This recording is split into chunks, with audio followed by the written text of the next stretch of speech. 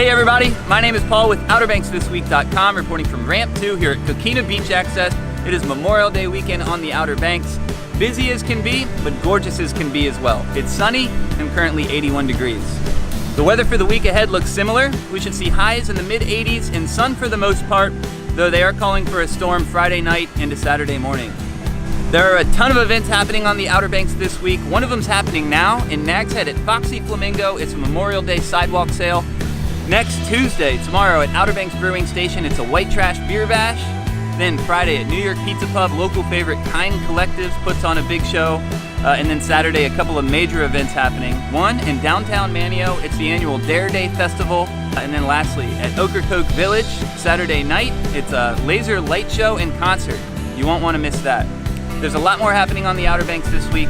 Head over to OuterBanksThisWeek.com to find out exactly what, where, and when. We'll have another video for you next Monday, as always. I hope you have a great week in the meantime, and a happy holiday.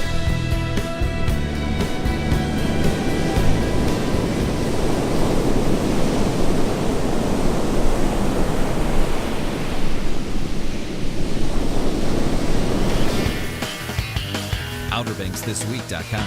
Don't miss a thing.